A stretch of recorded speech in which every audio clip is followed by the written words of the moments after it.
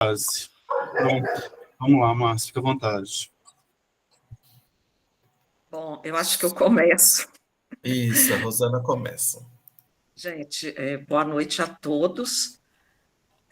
Hoje, digamos assim, que oficialmente essa é a primeira atividade, né, que a gente está fazendo do PIB de Equidade, e nessa primeira atividade, né, nós temos uma palestrante, que é a Irene Zilda da Silva, que vai conversar com a gente, fazer uma palestra sobre diáspora, escola pública e equidade. Aliás, eu não sei se você se lembra, Irene, mas nós nos conhecemos virtualmente naquele evento de Camões.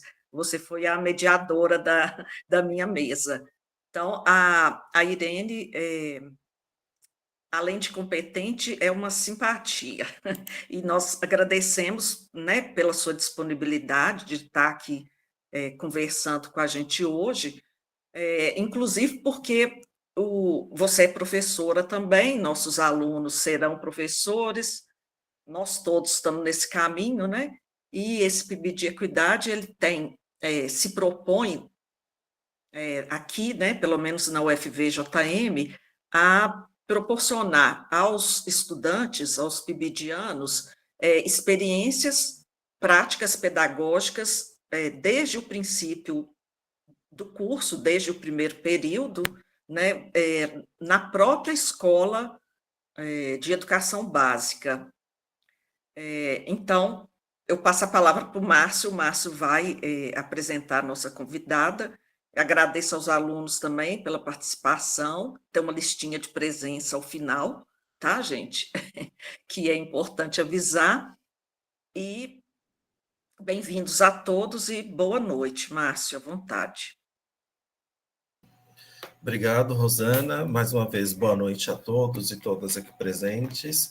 Então, a gente vai receber aqui a professora Irene Zilda da Silva, que além de professora e uma pessoa muito competente, como a professora Rosana já apresentou, é uma amiga de muitos anos, né? Uma amiga que estamos em parceria já há muitos anos, desde São Paulo. Essa parceria já tem mais de 20 anos, né, Irene? Irene viu meu filho nascer, meu primeiro filho nascer.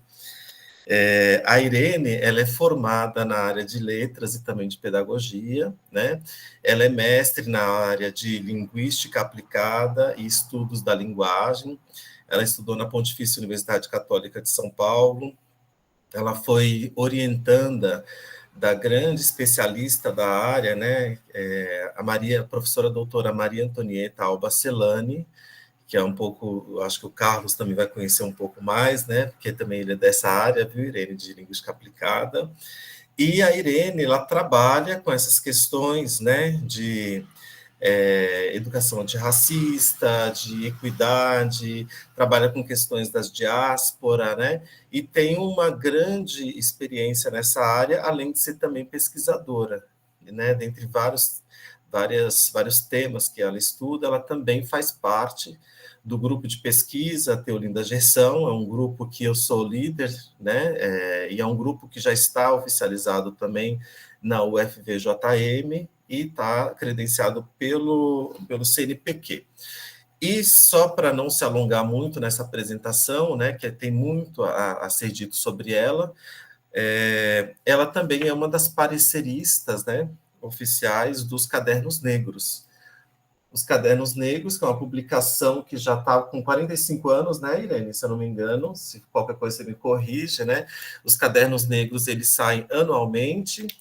Um ano ele sai com publicações de poesias escritas por poetas negros, e no ano seguinte sai com crônicas e contos, né? Então é uma variação. Quem não conhece os Cadernos Negros precisa conhecer, que é uma riqueza que nós temos na nossa literatura brasileira.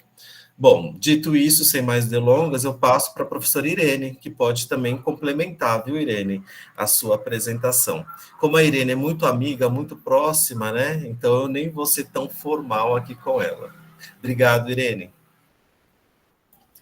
Obrigado, Márcio, querido. Obrigado, Rosana.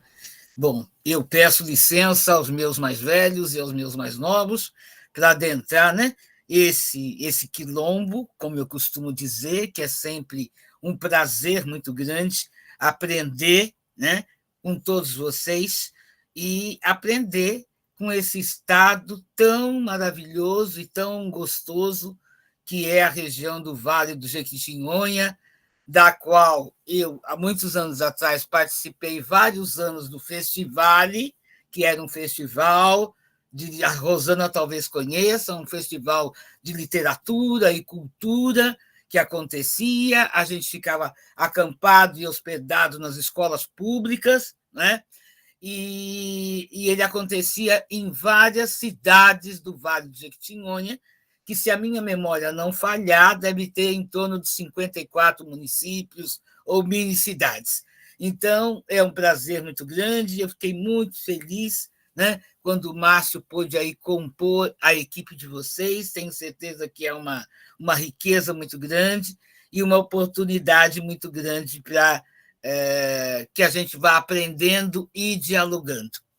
E eu peço licença para começar com um poema da Conceição Evaristo, que se chama Menina, e que ela dedica esse poema para a Ayaná, a filhinha dela. Né? Não sei se todos sabem, a Conceição Evaristo tem uma filhinha que é especial, é uma mulher já, né? E que, através do desenho, através das ilustrações, ela compõe a história da vida dela. Então, Menina diz assim: Menina, eu queria te compor em versos, cantar os desconcertantes mistérios que brincam em ti, mas teus contornos me encapolem. Menina, meu poema primeiro cuida de mim. Né? Então, esse cuidar do outro é cuidar de si e cuidar de mim, que é o que nós estamos fazendo hoje, né? Vocês, pribidianos, como trouxe muito bem a professora Rosana, nesse primeiro momento, né, onde a gente vai dialogar sobre a questão da diáspora, da escola pública e da equidade. Eu sempre gosto de ter uma conversa, digamos assim, interativa, né? Então, em alguns momentos, farei algumas provocações, e aí vocês vão poder ou erguer a mão ou colocar no chat, e assim a gente vai conversando ao longo desse momento. Então, gratidão, Márcio. Eu estou pedindo ao Márcio que coloque os slides, né? Então, aí a gente tem o primeiro com o título, que é Diáspora, Escola Pública e Equidade. Márcio, por gentileza, pode passar para o próximo. Muito bem. Então, nós vamos começar com escola pública. Né? Quando a gente pensa, né, eu sou fruto da escola pública. Né? Eu moro aqui em São Paulo, na capital, nasci aqui, fui criada aqui e fui aluna da escola pública durante toda a minha trajetória da educação básica. Tenho um profundo orgulho pela escola pública, assim como pela universidade pública, e eu acho que nós podemos fazer as diferenças e as transformações dentro desse contexto da escola pública. Né? Mas é importante também perceber quais são as variedades e as diversidades que a escola pública nos traz ou nos apresenta. Né? Então, nesse momento, a gente tem escolas públicas são financiadas pelo governo, estão disponíveis, né, para todos os estudantes. Elas seguem o currículo nacional e, geralmente, têm uma grande população estudantil. Já as escolas privadas são financiadas por mensalidades pagas pelos pais ou responsáveis e podem ter uma abordagem acadêmica mais especializada a partir de algumas considerações. Né? Esse dado veio de setembro de 2024. E aí a gente tem o Anísio Azevedo, que desde lá de 1959 dizia que a escola pública é um instrumento institucional mais eficiente para a construção da sociedade democrática e, por isso, deve ser entendida e defendida necessariamente como universal, gratuita, obrigatória, laica e de qualidade. Né? Aí a gente pensa assim, né? Quem é que compõe a escola pública? Né? Quem é que está dentro desse contexto da escola pública? Será que a escola pública realmente tem todos essas estratégias, isso que é mencionado, ou isso está no papel e na prática as coisas são muito diferentes? Né? Aqui em São Paulo, por exemplo, a gente tem a rede municipal e temos a rede estadual, assim como também temos as universidades estaduais, né, presentes aqui em São Paulo. E será que tudo isso é acessível a todo mundo? Então, deixo aí no colinho de vocês para a gente dialogar mais sobre isso depois. Né? O que a gente pensa dessa escola pública, como é que a gente sente essa escola pública, será que realmente ela é laica e nesse sentido? E aí, dentro desse contexto, a gente tem o quê? A educação quilombola. Então, a educação quilombola na escola ela deve partir dos princípios de uma educação integral, isto é, reconhecer o território e a comunidade como parte do processo educativo. Isso significa que a escola precisa de uma arquitetura que faça sentido para a comunidade em que ela está inserida. Né? E aí eu acho muito interessante a oportunidade, né, que eu tive de conhecer aí em Montes Claros o quilombo do Brejo Alegre, né, que é um quilombo semi-urbano, que as escolas públicas estão inseridas lá. Estive lá em maio deste ano, né? E é muito importante você conhecer o território, né? A identidade de cada lugar.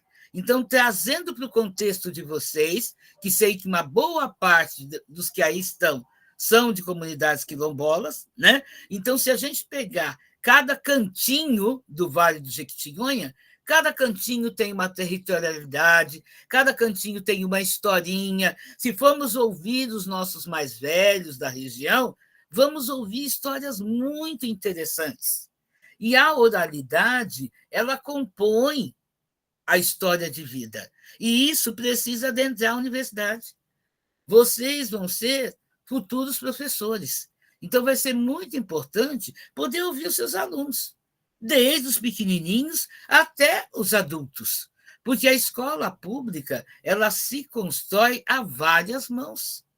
Uma escola pública tem estudantes, né? Tem os docentes, mas também tem o pessoal que cuida da comida, também tem o pessoal que cuida da limpeza, também tem o pessoal que cuida das matrículas da secretaria. Então, tudo isso é preciso ser pensado, respeitado, interiorizado, para, de fato, a gente ter um exercício democrático de direito, a meu ver. Né? Senão, não tem sentido. Escola sem estudante não existe, mas também não existe sem esses outros elementos, sem os docentes, sem as equipes e tudo mais, inclusive na universidade. Né? Então, a gente precisa pensar em que momento a gente une tudo isso. Né? Então, aí a gente tem um objetivo geral, que é ensinar aos jovens a valorizar os saberes tradicionais, construindo um senso de identidade e pertencimento comunitário. Né? Para isso, a gente precisa pensar em todos esses aspectos. Porque o feijão que se faz aqui em São Paulo é diferente do feijão que se faz em Montes Claros, é diferente do feijão que se faz no Vale do Jequitinhonha. E são todos feijões. Mas todos precisam ter visibilidade. Todos precisam ser ouvidos. E nós, enquanto estudantes e aprendizes, porque, como nos diz Paulo Freire, somos eternos aprendizes, precisamos pensar nisso. E, para pensar nisso, a gente vai trabalhar com a diáspora. E o querido Márcio vai passar para o próximo slide, por gentileza. Obrigada. Então, vejam bem, quando a gente fala em diáspora, né, o que vem na mente da gente. Há várias concepções para a diáspora, tá? Mas eu escolhi essa que é mais universal, que é o termo que se refere à dispersão de um povo, seja por força ou não, por diferentes partes do mundo. O termo vem do grego clássico, diáspora significa dispersão. Então, muito bem, a gente tem, o Brasil é uma grande diáspora, né? O Brasil tem pessoas das mais diferentes partes do próprio Brasil, né? E de fora do Brasil. Eu digo que a gente tem um Brasil onde tem vários Brasis dentro. Então, isso é muito interessante. E aí, se a gente pensar, por exemplo, dos povos originários ou povos indígenas, né? Que eram os povos que viviam aqui no Brasil inicialmente, antes da chegada dos colonizadores europeus e tudo mais. E os povos indígenas detinham e detêm um profundo conhecimento, principalmente em relação à natureza. E se a gente pensar nos 4 elementos, né? No fogo, ar, terra, quem é que cuida? O Ayrton Krenak vem nos alertando o quanto que nós estamos adoecendo, né? A natureza já faz muito tempo. E depois vieram nossos povos, nossos irmãos africanos, que vieram de diferentes partes da África, mas que lá já detinham uma série de conhecimentos. Um conhecimento sobre o ferro, sobre a literatura, sobre a matemática, certo? Sobre a obstetrícia, e que, chegando aqui, tiveram todos esses conhecimentos apagados, né? A gente ainda vê no material didático que muitas vezes a gente trabalha com ele, um histórico que não é o real. A Conceição Evaristo costuma nos dizer que é muito interessante nós falarmos de nós. Então, hoje em dia, a gente vê o quê? A gente vê uma série de relatos de pessoas oriundas do continente africano ou descendentes do continente africano que falam de si. Assim como o professor Márcio mencionou que nós pertencemos ao grupo de pesquisa da Teolinda Gerson. E a Teolinda escreve muita coisa muito interessante do lugar em que ela vive, né? Pós-período salazarista, que nós sabemos que o período de Salazar também foi um período de muita contenção, de muitas dificuldades. Então, tudo isso a gente precisa, né, estar com os nossos ouvidos muito atentos para perceber isso. Então, aí a gente trabalha a questão da diáspora africana. A diáspora africana é o nome dado a um fenômeno caracterizado pela imigração forçada de africanos. As pessoas não chegaram simplesmente e convidaram as pessoas para vir, elas foram forçadas num tráfico transatlântico na condição de escravizados. Junto com os seres humanos, nesses fluxos forçados, eles embarcavam nos tumbeiros, né? Porque os navios negreiros também são chamados de tumbeiros, mas eles tinham um modo de vida, cultura, prática religiosa, língua, forma de organização política que acabaram por influenciar na construção das sociedades às quais os africanos escravizados tiveram como destino. Então, se estima que, durante o período do tráfico negreiro, 11 milhões de africanos foram transportados para as Américas, das quais 5 milhões aproximadamente tiveram como destino o Brasil. Segundo os estudos da Fundação Cultural Palmares, né, que ainda bem está sendo retomada agora, revitalizada. Quem não conhece, eu recomendo que acesse, né, a Fundação Cultural Palmares, que traz artigos muito interessantes acerca de todo esse processo, bem como das comunidades quilombolas também, porque muito se fala do Quilombo dos Palmares, mas sabemos nós que tivemos muitos quilombos, e ainda temos. E que bom que temos, e temos que lutar pela continuidade deles, onde a gente tem os saberes ancestrais, né, dos mais velhos, e os saberes dos mais novos, construindo uma sociedade quilombola de fato. Isso é muito importante e muito significativo para a gente. Tudo bem até aqui? Está cansativo? Está sendo bem elucidado? Por favor, estou vendo aí os manifestos. Daqui a pouco eu começo a provocar vocês, tá? Então, podemos seguir. E daí, o que acontece? Essas nações que embarcaram dos navios negreiros, uns são chamados de jejes, outros de iorubás, e outros, eles deixaram toda a sua história, costume, religiosidade e forma de identificação. Passavam, então, a ser identificados pelos traficantes, com base nos portos de embarque, nas regiões de procedência, identificações feitas pelos traficantes. Nesse contexto, o que aconteceu nessa diáspora?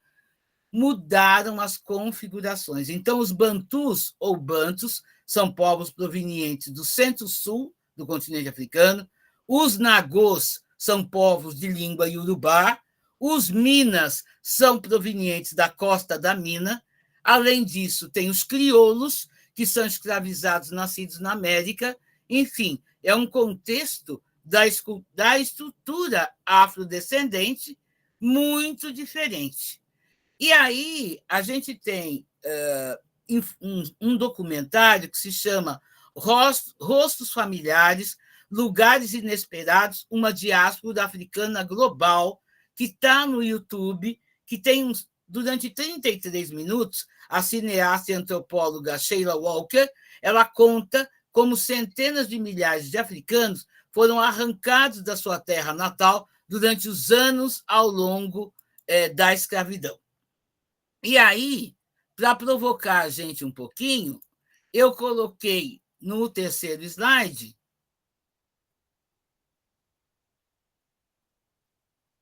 pode passar para o próximo, Márcio, por favor. Então, aí depois vocês vão ter acesso a pelo YouTube, esse documentário é muito interessante. E para provocar vocês, eu coloquei aí 4 imagens, né? O Ney Lopes, que é uma pessoa muito interessante, que é do Rio de Janeiro, muita gente só conhece pelo samba, mas ele é escritor, e essa enciclopédia da diáspora africana é muito interessante. Ele faz uma trajetória muito interessante acerca do continente africano. Depois eu trouxe o meu querido professor Kabengele Munanga, né? Foi professor da USP, muitos anos, hoje é aposentado, né? Ele é do Congo, mas é uma pessoa que vale a pena vocês investigarem as obras que ele tem. Trouxe também o livro Um Defeito de Cor, que é da Ana Maria Gonçalves. É um livro muito interessante, onde a gente se apropria de vários históricos do continente africano. Aqui em São Paulo está tendo uma exposição a respeito desse assunto. Ela também já teve em vários programas de TV, e vocês conseguem ver no YouTube um audiolivro sobre a Ana Maria Gonçalves. Se eu conseguir algumas coisas, depois eu passo para o professor Márcio, ele socializa com vocês. E trouxe também a questão do Pantera Negra, né? Porque o Pantera Negra, ele mostra... Obrigado, professor Carlos. Ele mostra perfeitamente que os conhecimentos de povos do continente africano, muitas das vezes, estavam acima dos conhecimentos europeus. Quem já assistiu o Panteras Negras sabe disso, né? Toda a tecnologia, não só a questão do Urano, mas a tecnologia, certo? Ferramentas e instrumentos que eles utilizavam. E por que eu estou dizendo isso? Porque muitas vezes a gente vai verbalizar aquilo que é do senso comum, né? Que, ai, coitadinho do povo africano, era muito paciente, conivente. Não, era um povo resistente, era um povo inteligente, né? Assim como a gente tem tudo isso na comunidade quilombola. E aí eu queria comentar com vocês que a experiência que eu tive no Senegal foi muito interessante. Eu pude visitar da onde partiam, né, os escravizados. Me impactou bastante, assim como toda vez que eu vou ao Museu Afro-Brasil aqui em São Paulo, no Ibirapuera, né, que são as obras do nosso saudoso Emanuel Araújo, também mexe muito comigo essas questões. Tá? Pode passar para o próximo, Márcio, por gentileza? E agora, então, a gente chega, inclusive, numa temática que é o título do PIBID de vocês, que é a questão da equidade. Né? Então, a primeira provocação que eu quero fazer para vocês é: o que é que essa imagem diz para vocês? Podem escrever no chat, podem levantar a mão. Eu vou aproveitar e tomar água enquanto isso. Não precisa falar todo mundo ao mesmo tempo.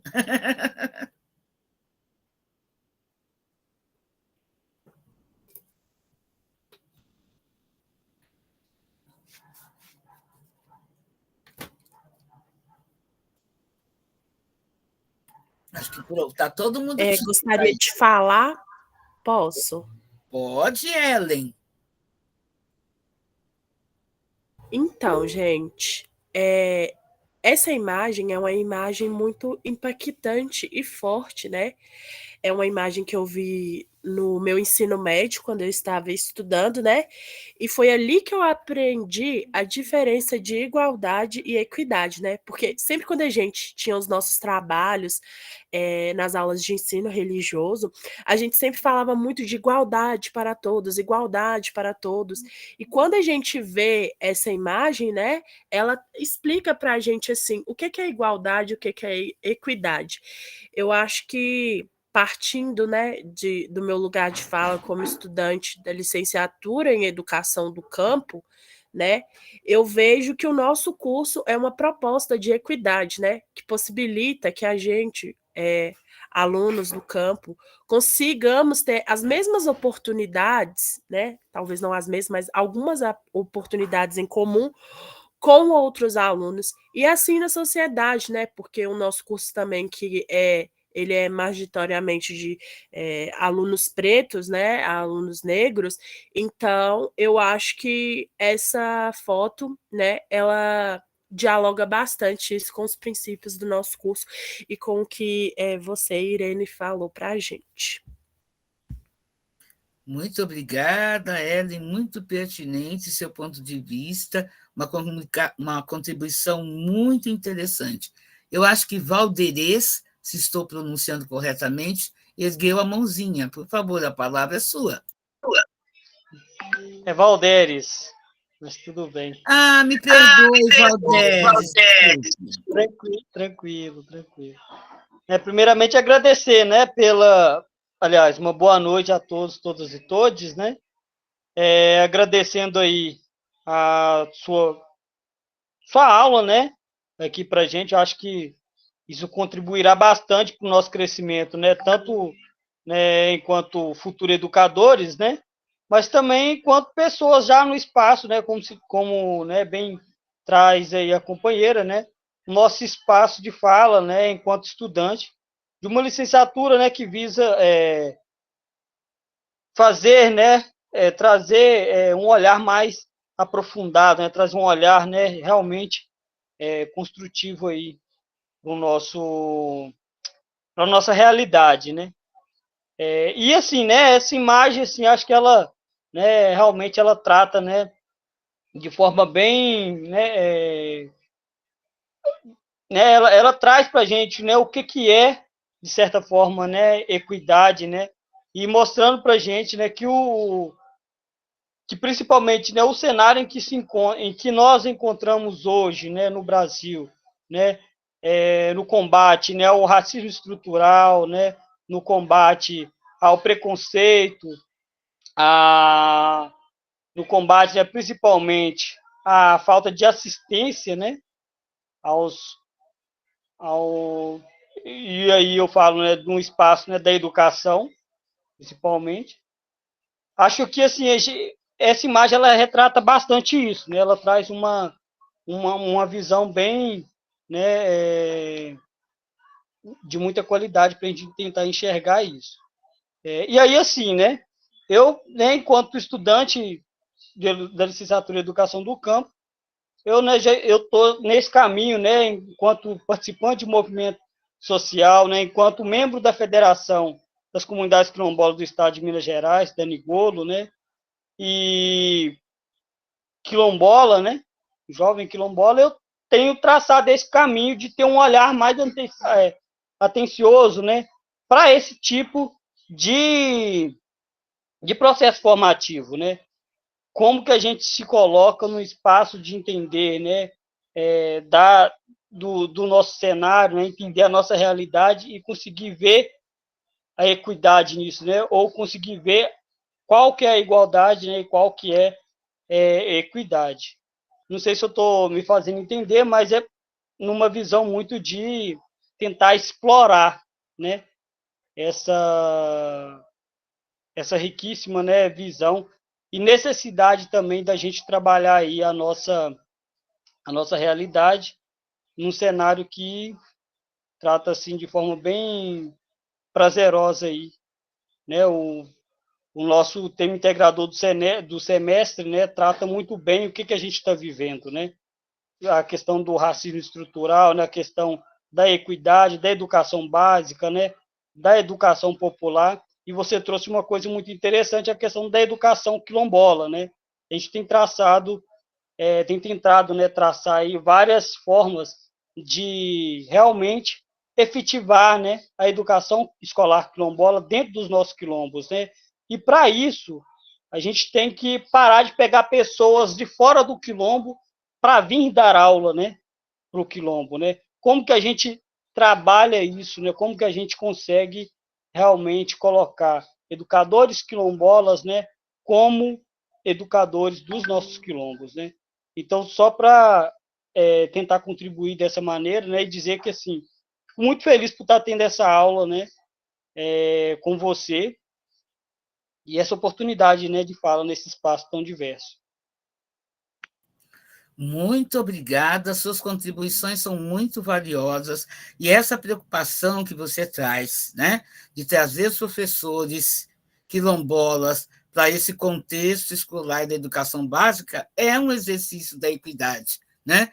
O professor Carlos Henrique colocou aqui em relação à imagem, entendo eu, no chat, certamente se sentem excluídos, né? E a Marcileia dos Santos Silva coloca: não tem como ter igualdade se nem todos têm as mesmas oportunidades. E a Joyce L. diz que na cidade dela é feita uma missa e um culto, acho que com 2 religiões, e depois a formatura em um salão ou na própria escola. Então, cada cantinho, como eu disse antes, né, ele procura fazer o quê? Dentro da sua realidade, construir e fazer esse diferencial. Então, nessa imagem, a gente está vendo isso. Então, é muito importante a gente pensar que igualdade não é a mesma coisa que equidade. É muito diferente, né? A equidade, ela vai significar dar às pessoas o que elas precisam para que todos tenham acesso às mesmas oportunidades. Então, ele traz até um exemplo muito interessante, que é um exemplo de um pronto-socorro. A vítima de acidente grave passa à frente de quem necessita de um atendimento menos urgente, mesmo que essa pessoa tenha chegado mais cedo. Muitas das vezes a gente vê isso, né? E ali eles estão numa atividade esportiva onde todo mundo, na equidade, consegue visualizar da mesma forma. Posso não visualizar tão bem se eu uso um óculos mais grosso ou isso, mas a oportunidade está sendo dada. E aí eu gosto muito da Sueli Carneiro, né, que é uma filósofa ativista, e ela feminista também, e ela diz da questão da equidade racial e a igualdade de direitos. Então, ela gosta de denunciar a predominância de homens brancos nos centros de poder e a ausência de mulheres negras nas políticas institucionais. Ela criou o primeiro programa de saúde mental específico para mulheres negras, né? Porque nós sabemos, os estudos mostram, mulheres negras, por exemplo, no momento do parto, tomam menos anestesia sob a alegação de que a mulher negra é mais resistente, é mais forte, A Sueli é fundadora e coordenadora executiva do Gueredés, que é o Instituto da Mulher Negra, que é uma OSC, que propõe pautas feministas a partir de uma perspectiva racial. Então, pesquisem também o Gueredés no Google, que vocês vão achar coisas bem interessantes. Ela também defende a luta, né, que deve ser das pessoas de forma plena, para que as pessoas tenham oportunidade além da raça e do gênero.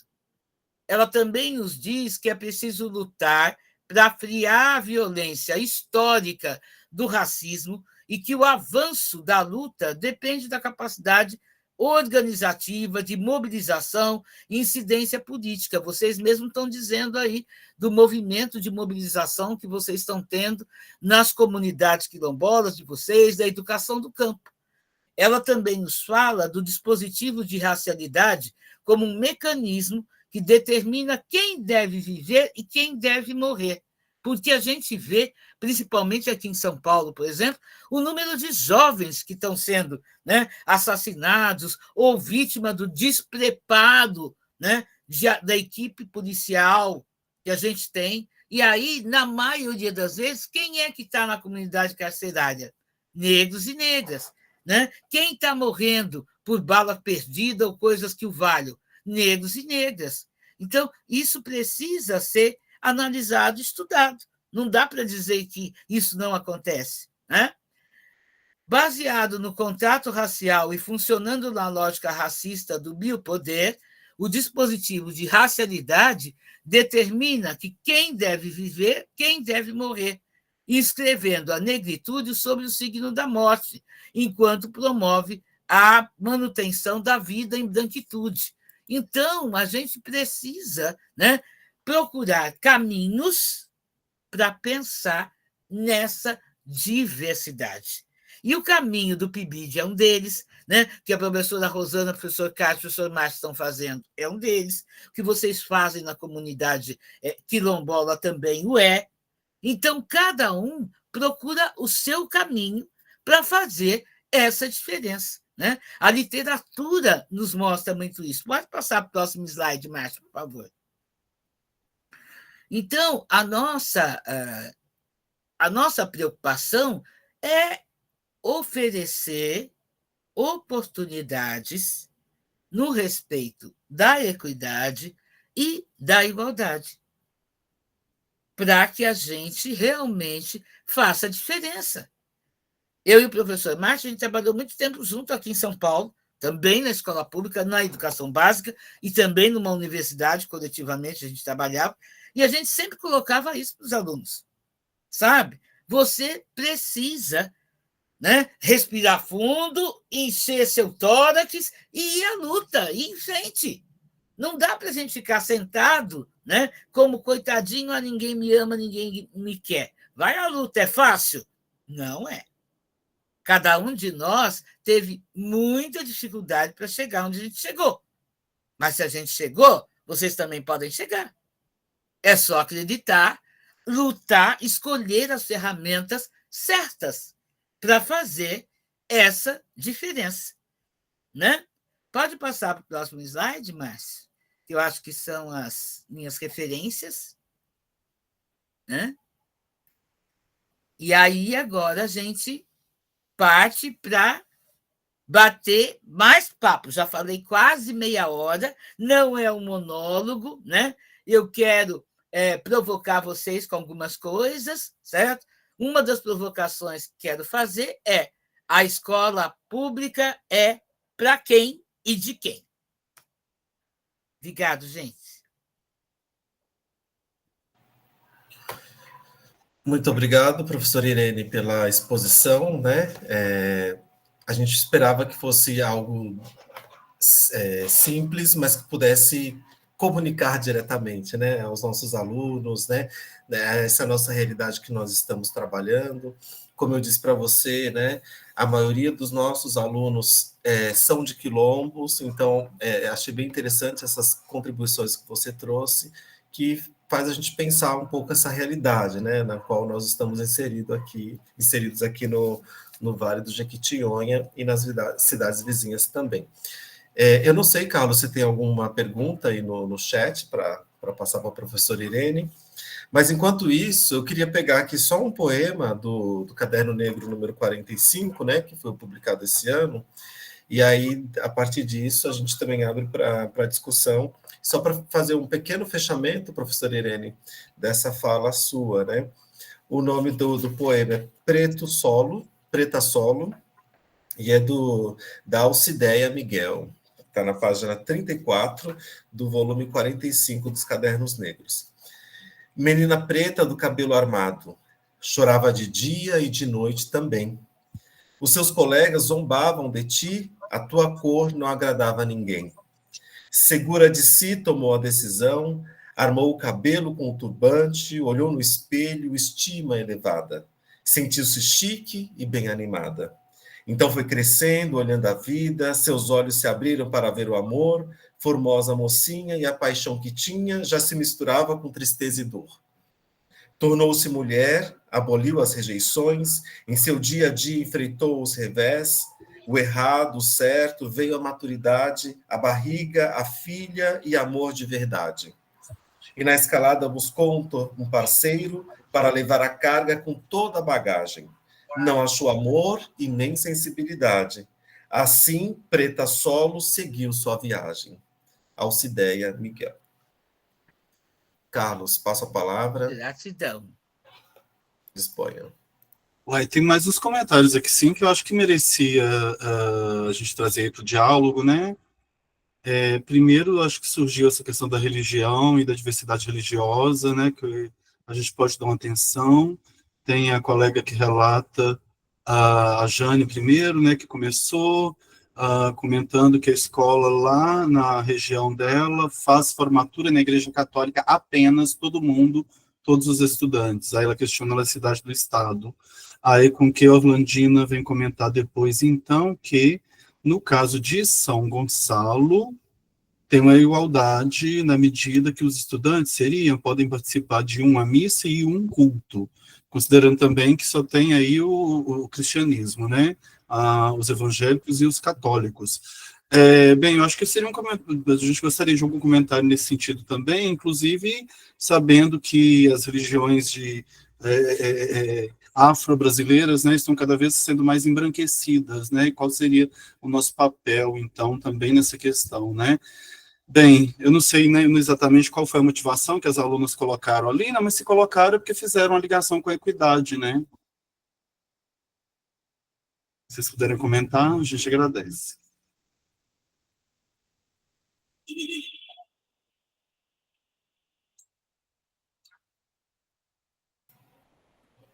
O Gerry levantou a mão.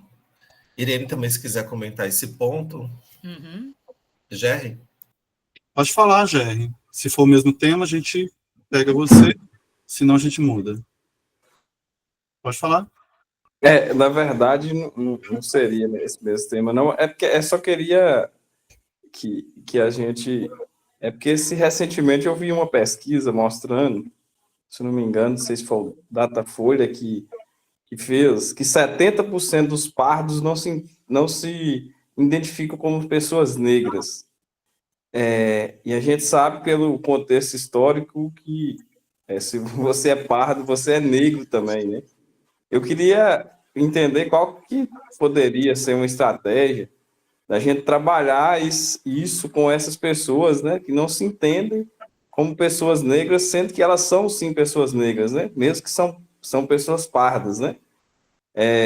Eu achei interessante esse número, eu acho que a gente tem um desafio por aí, e eu queria ouvir, né, da Irene aí, que é especialista nisso, qual que a gente poderia usar para chegar para essas pessoas também se entenderem como negras. Muito bem. Bom, primeiro eu vou falar, então, do comentário, né, que o Carlos trouxe, e, na sequência, eu falo sobre o jazz. Pode ser?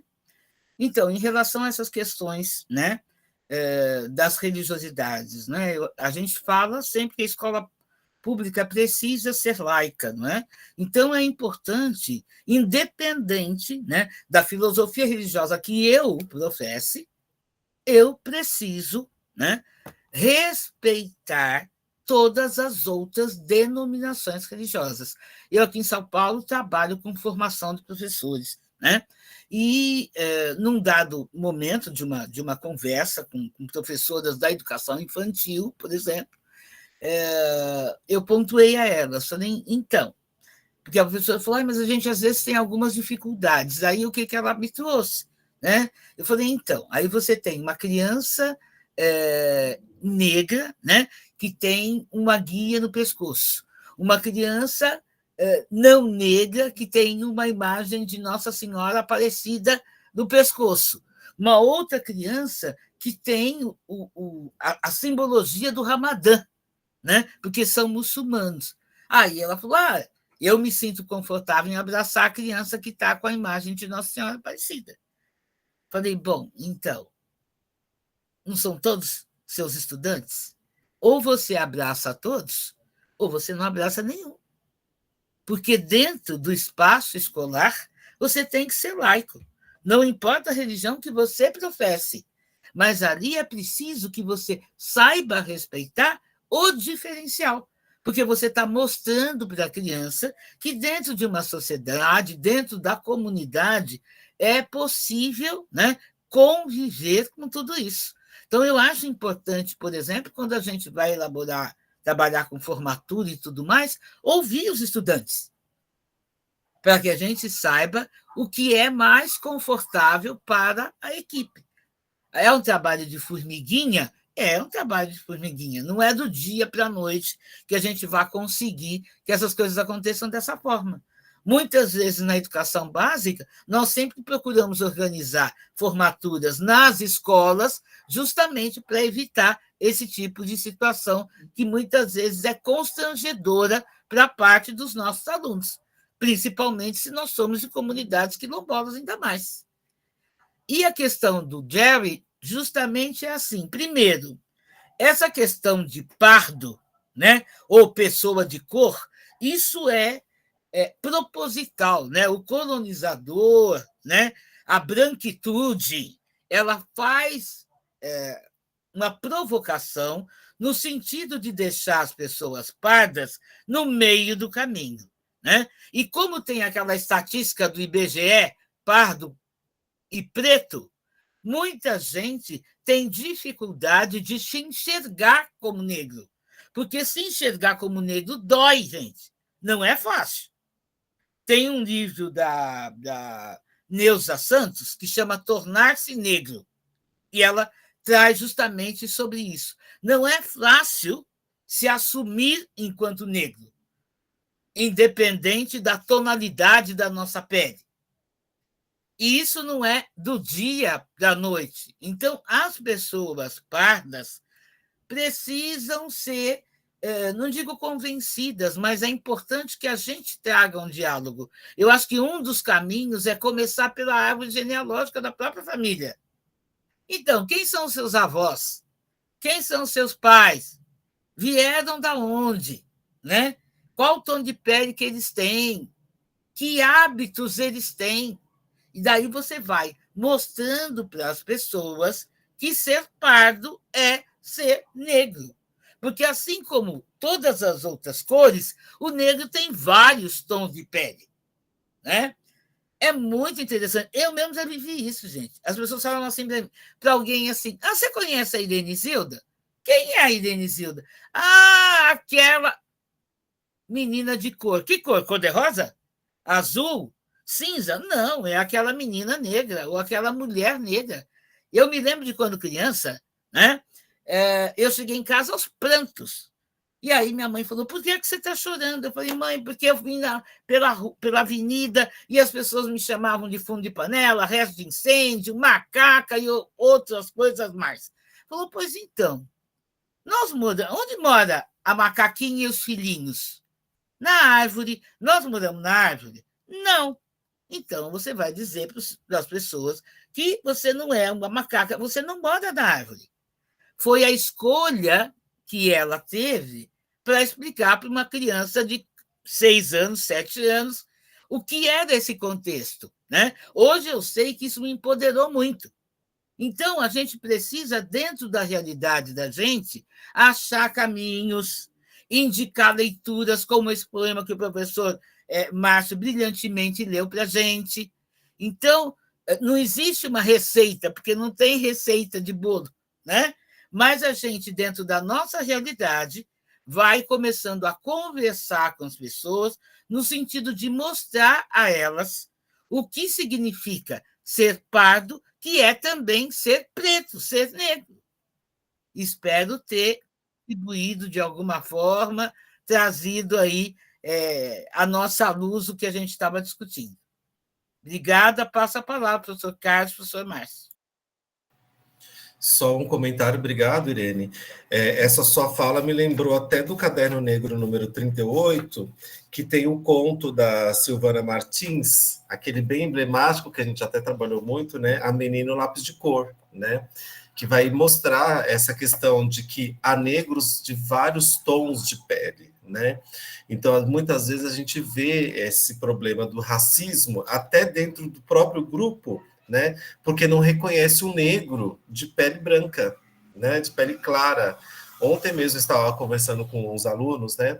E tem um dos colegas que ele tem todos as marcas, né? O fenótipo negro, mas ele tem uma pele clara, né? Que se olhasse fala assim, não, ele é branco, ele é loiro. Não, ele é um negro, mas ele é de pele clara. Então, essa discussão é muito importante, porque é aquilo que você disse, né? Quando a gente ignora esse tipo de informação, quando a gente ignora que o pardo também é negro, a gente também exclui essa pessoa de questões que são benefícios, entre aspas, né? Porque benefício não é um direito adquirido, de que ele poderia estar usufruindo e não está porque ele não é considerado negro só porque não tem a pele escura, né? Ignorando toda a família, toda a trajetória dele de vida dentro desse processo social, né? Obrigado. A Tassimira levantou a mão. Boa noite. Quero primeiramente agradecer muito a Irene por essa aula, por esse momento tão importante assim para a gente, né? Nos entender, nos situar, até mesmo para dar continuidade ao trabalho e poder explorar da melhor forma. Eu estava refletindo aqui quando você fala sobre esse lugar, né, de resgatar as nossas origens, pesquisando dentro da família. E eu vejo que é um ponto que traz muita lucidade assim, para a gente entender nossa história, mas ao mesmo tempo é um contexto de tanta dor que às vezes é até difícil de explorar dentro da família, né? Por exemplo, é muito mais fácil a gente falar que o meu avô tinha os olhos azul, a minha avó tinha o cabelo liso, mas não de falar que meu avô era negro. A gente sempre tenta buscar um parente em comum lá longe que parece, né, com essa estética mais padrão, que seria mais conveniente falar, meu avô era de português, era italiano. Então, essa dor, assim, né, vai se maquiando por essa estética do que te aproxima de um padrão mais aceitável e vai excluindo, assim, a nossa ancestralidade, né? E eu vejo que isso acontece no dia a dia mesmo, quando a universidade ou qualquer outro espaço não abre espaço para a gente ter narrativas negras, pretas mesmo, e traz para as biografias totalmente referências europeias, assim como a gente já aprende isso desde o ensino fundamental, estudando história, mas em um momento ou outro, bem pouco a gente vê sobre os quilombos, mas muitas vezes colocado como escravizados, e não como quilombos que lutaram, que resistiram. Então, eu acho que fazer essa conexão, né, com a nossa ancestralidade inclusive, pautar os espaços de fala a partir da referência dos nossos, né? Porque se a gente não tiver essas referências no dia a dia, a gente perde a oportunidade de entrar em contato com isso e ficar referenciando o padrão estético, né, mais normativo. Inclusive, quando a gente fala de quilombos, né, cria-se toda uma personalidade para que seria o quilombo. Aí, quando sai daquela estética, já não é mais ver uma pessoa lá ralando mandioca, trabalhando no campo, é quilombola. mas agora se vê uma pessoa, a gente até conversou isso em outro momento, foi até numa sala de debate, que, se ele passa lá, diferente daquele cenário que você imaginou, de Hilux, todo mundo, eu acho que vai conhecer esse exemplo, porque a gente falou isso quando a gente estava no tempo universidade ainda. Aí já era outra coisa, né? Não era o quilombola, já cria uma distância entre a pessoa. É a mesma coisa de indígena usando celular, não estão nem indígena. Então tem que ter muito cuidado com esse lugar de vender uma história do que seria a certificação daquela pessoa, daquela comunidade, se ela é ou não quilombola, se ela é de um povo ou comunidade tradicional, né? Então, a Chimamanda Adichie, que eu gosto muito de trazer esse exemplo, que é uma escritora nigeriana, que ela fala sobre isso, né? E ela conta, inclusive, algo da sua própria trajetória, que foi quando ela contava histórias só de homens brancos comendo maçã, num contexto em que a Nigéria nem tinha maçã, e nem tinha, né, o que ela escrevia ali, mas foi porque ela entrou em contato com livros europeus, né, e aí foi quando ela encontrou uma biblioteca na Nigéria, assim, que ela foi entrando em contato com referências africanas, e aí a partir daí ela começou, né, se incorporar, assim, e ter referências do próprio povo dela. Então ela fala que a gente tem que ter muito cuidado com uma única história, inclusive dentro da universidade, com as referências que a gente está referenciando, porque falar sobre equidade usando referências europeias, eu acho que a gente perde a oportunidade de ficar mais próximo da nossa ancestralidade. Mas é isso, é uma reflexão. Te agradeço muito, Irene, e todas as contribuições têm sido aqui uma reflexão boa, assim, para eu também me entender mais nesse processo. Obrigada, viu? Eu que agradeço, Tassimira. Muito bom você ter trazido a Chimamanda quando ela traz a questão do perigo de uma história única, até porque ela também estudou na Bélgica e ela foi se apropriando desse contexto de ser negra, de ser nigeriana, né? E eu acho que a gente tem que oferecer, né? Não só para nós, mas para os nossos alunos também, essa diversidade, essa equidade. Nós temos pesquisas europeias, mas também temos pesquisas afro-indígenas, também temos pesquisas indígenas, também temos pessoas que escrevem, né, sobre isso. E nada como nós falarmos de nós.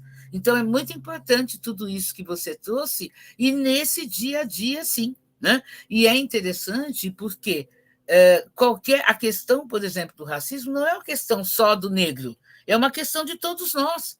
Então, todos precisam falar sobre isso, tratar sobre esse assunto, escrever sobre esse assunto.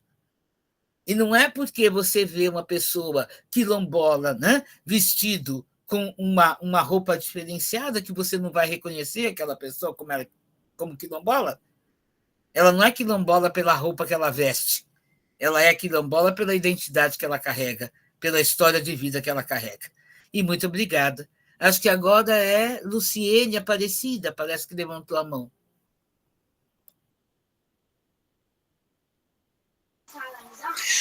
Boa noite. Primeiramente, como meus colegas já disseram, agradecer por essa aula e quão importante é essa aula, né? Porque a gente passa uma vida pensando que igualdade, equidade, tipo assim, é a mesma coisa, mas não é, a gente sabe disso. E eu trago um relato de uma menina, eu sou quilombola de uma comunidade, e a menina, ela é uma criança ainda, mas a importância de se ter uma escola que atende requisitos quilombola dentro da comunidade. Ela é parda, negra, e ela, quando se pergunta a ela qual é a cor dela, ela fala que ela é marrom. Ela não se reconhece negra. Ela não é branca, ela não é negra, ela é marrom. Tipo, ela tem 6 anos. Mas, assim, é nessa idade que a gente tem que começar a trabalhar essa questão racial com eles também, porque na minha comunidade a escola não é reconhecida quilombola, é municipal. Professores que vêm para a minha comunidade, ninguém é quilombola.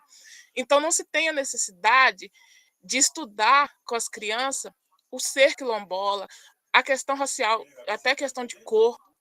E quando eu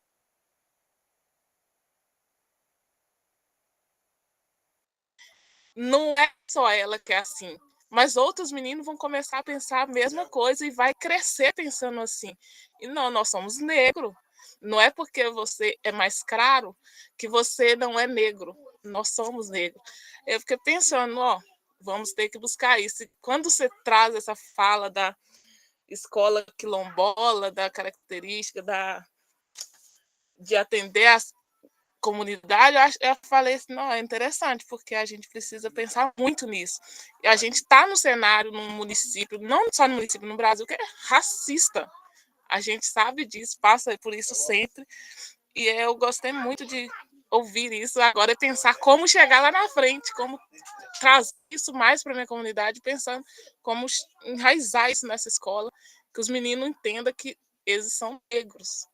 E não ter vergonha de ser negro. Porque eu acho que tem muito isso também. Os meninos têm vergonha de ser negro. E a gente não tem que ter vergonha de ser negro. Nós somos negro, Brasil negro. E obrigada.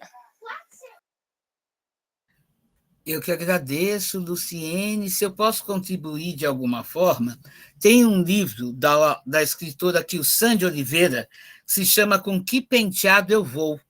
Então, são diferentes crianças, priminhos, que vão para o aniversário de 100 anos do avô Benedito.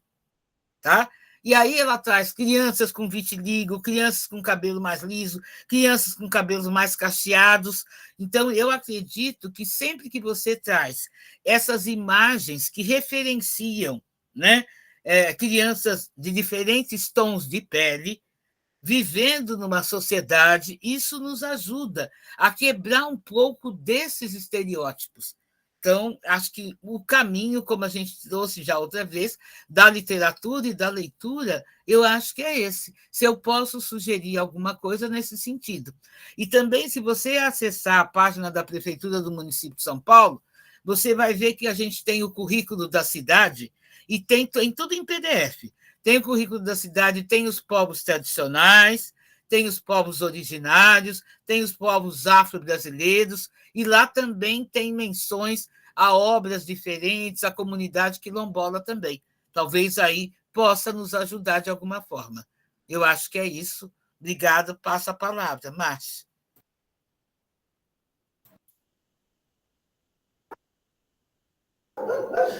Só para endossar, esse material que a professora Irene falou, é um material grátis, né, Irene? Que pode baixar, eles são todos em PDF. Isso, é tudo PDF.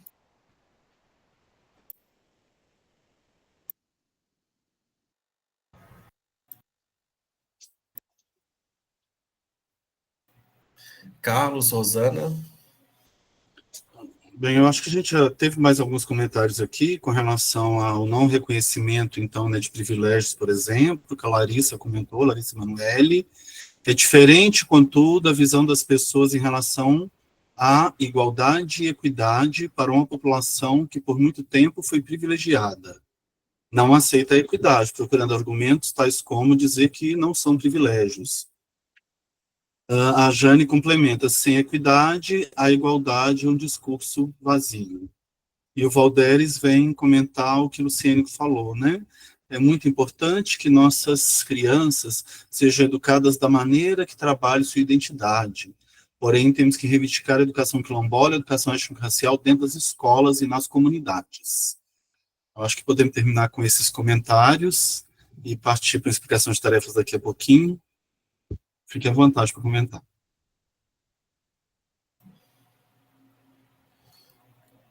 E só uma observação, que acho que a professora Irene pode até também complementar, que trabalhar a equidade, né, não significa também que a gente tem que esperar as coisas acontecerem, é luta, né? É luta, é trabalho e é dedicação também. Né? Não é querer que as coisas simplesmente sejam entregues. Eu acho que essa informação é muito importante, não é, Irene? Sem dúvida. A gente tem que ir à luta, né? E não dá para ficar esperando. A gente esperar dizer, como a gente usa às vezes esse argumento. Ah, porque o governo não ajuda, porque o material não chegou. Eu tenho que ir em busca. Conhecer a minha realidade, conhecer a minha territorialidade, e equidade é isso, é ir à luta com as ferramentas que eu tenho, e a gente vai avançando. Agora, para isso é preciso estudar, é preciso ter compromisso, é preciso ter seriedade, não é uma coisa fácil. né? Eu concordo com você, Márcio. Eu acho que é isso, Carlos. Acho que dentro daquilo que a gente já comentou, eu acho, é o que eu falei de novo. Cada comunidade tem a sua identidade, tem o seu perfil, e quem vive ali são as pessoas mais adequadas e indicadas, né, para discutir, para lutar sobre isso. Mas, para isso, a gente precisa se instrumentalizar também. Eu acho que é isso. Queria agradecer muito a oportunidade de ter aprendido aí nessa noite com vocês. Foi muito gostoso. Nós que agradecemos, Irene. Muito obrigado, viu? Obrigada, Muito Irene. obrigado, Irene. Espero que você possa voltar, né, numa próxima oportunidade e, quem sabe, por que não, presencialmente no nosso campus de Diamantina. Aí sim, vai ser ótimo. Com certeza. Vamos lutar para isso, então. Rosana? Oi, Irene, muito obrigada pela aula que você nos deu. E eu vou falar só uma palavrinha, eu estou me contendo porque eu falo muito, mas é que quando a gente, né, comenta, né, ou quando vê casos do pardo que não se acha negro, é porque é uma estratégia também, é o colocar a máscara branca para poder ter uma vida um pouco mais tranquila, né? E aí a gente tem que pensar isso, né? Que máscaras são essas que a gente coloca o tempo todo, né? Lembrando que tudo isso diz respeito ao racismo estrutural, né? Está na estrutura, uma determinada racionalidade na cabeça de todos nós, tá? Ninguém está isento, né, desse racismo estrutural, e eu acho que o mais importante é combater e tentar se desconstruir, né, dessa estrutura que está em cada um de nós também. Mas a gente agradece muito e já está convidada, Irene, para vir aqui, né, Márcio? Carlos, assim que possível. Com toda certeza. Isso mesmo. Obrigado, Irene. Para mim vai ser um prazer muito grande. Espero em breve poder participar disso. E aí, essa sua fala, Rosana, me traz à memória o livro Peles Negras, Máscaras Brancas, do François Fanon. Exato. Né? E é, né, o importante como a gente vai se desconstruindo e se constituindo, né, todos os dias. Eu acho que isso é bastante